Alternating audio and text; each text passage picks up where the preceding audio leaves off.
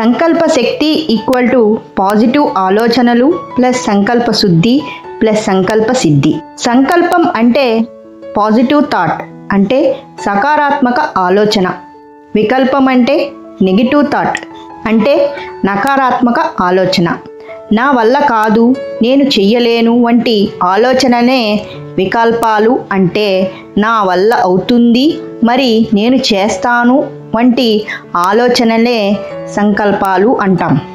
మన నిత్య జీవితంలో చేసే ఎన్నెన్నో ఆలోచనలలో కొన్నింటిని మన మనసు వీటిని మనం ఖచ్చితంగా చెయ్యాలి, వీటిని మనం సాధించాలి అని గట్టిగా చెబుతుంది.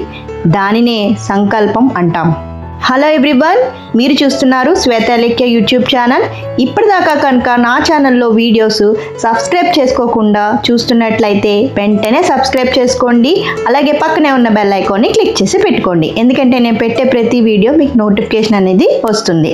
ఇప్పుడైతే వీడియోలోకి వెళ్ళిపోదాం. సంకల్పం అనేది మనం చెయ్యబోయే ఒకానొక గొప్ప కార్యానికి ముందు వేసే పునాది రాయి లాంటిది. పునాది బాగుంటేనే ఇల్లు బాగా నిలబడుతుంది. కనుక సంకల్పం అన్నది బలంగా ఉంటేనే చెయ్యబోయే కార్యక్రమం గొప్పగా ఉంటుంది.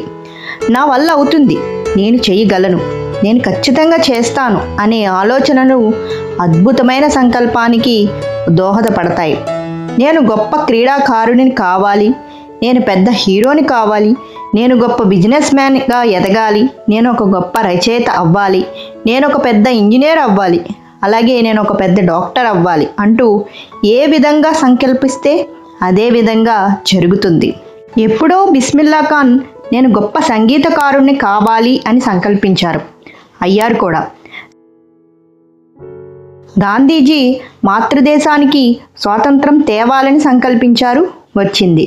అలా ఏం సంకల్పిస్తే అవే జరుగుతాయి. మరి ఏ విత్తనం వేస్తే అదే చెట్టు వస్తుంది కదా. ఒక్కోసారి సంకల్పం అన్న మొక్కతో పాటే నా వల్ల ఏమవుతుంది, నేను ఈ పని చేయగలనా అనే వికల్పాలు లాంటి కలుపు మొక్కలు కూడా వస్తూ ఉంటాయి. అప్పుడు పంట బాగా పండాలంటే కలుపు మొక్కలను ఏరివేసినట్లు సంకల్పం సిద్ధించాలంటే వికల్పాలను కూడా తీసివేయాల్సిందే. అందుకు గాను చిన్నప్పటి నుంచే మనం పాజిటివ్గా దృక్పథాన్ని, పాజిటివ్గా ఆలోచించడాన్ని, పాజిటివ్గా మాట్లాడడాన్ని అలవర్చుకోవాలి. అనవసరమైన ఆలోచనలు చేయకుండా మనస్సును ప్రశాంతంగా ఉంచుకోవాలి. అందుకు మౌనం మరి ధ్యానం ఎంతగానో ఉపయోగపడతాయి. అవి సంకల్పానికి అత్యంత బలాన్ని కూడా చేకూరుస్తాయి. ఈ సంకల్ప శక్తి అసలు నిజంగా అవుతుందా, అందరి వల్ల కాదు కదా అని అనుకోవచ్చు. కానీ చాలామంది ఈ సంకల్ప శక్తితో గెలిచిన వారు ఉన్నారు.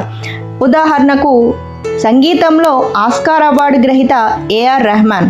ఈ మనిషి తెలియని వారంటూ ఎవరూ ఉండరు.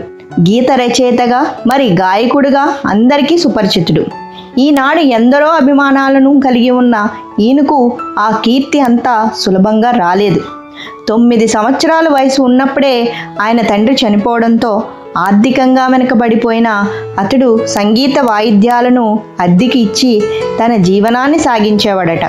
ఆ తర్వాత గొప్ప సంగీత కళాకారుడు అవ్వాలన్న దృఢ సంకల్పంతో ఆ చిన్నతనంలోనే సాయంత్రం 3 గంటల నుండి మరుసటి రోజు 6 గంటలు అయ్యేంత వరకు దీక్షాయుత సాధన చేసి జాకిర్ హుస్సేన్, ఎల్ శంకర్ వంటి గొప్ప సంగీత కళాకారులతో కలిసి పనిచేసే స్థాయికి చేరుకున్నాడు. స్లమ్ డాగ్ మిలియనరీ అనే చిత్రానికి అద్భుతమైన సంగీతం అందించి ఆ చిత్రం ద్వారా ప్రపంచంలోనే ప్రఖ్యాతిగాంచిన ఆస్కార్ అవార్డును గెలుపొందిన తొలి భారతీయుడిగా ప్రసిద్ధిగాంచాడు. ఇలా ప్రతి ఒక్కరూ ఒక సంకల్పాన్ని ఎంచుకుని దాన్ని సాధించడానికి అహర్నిశలు ప్రయత్నం చెయ్యాలి.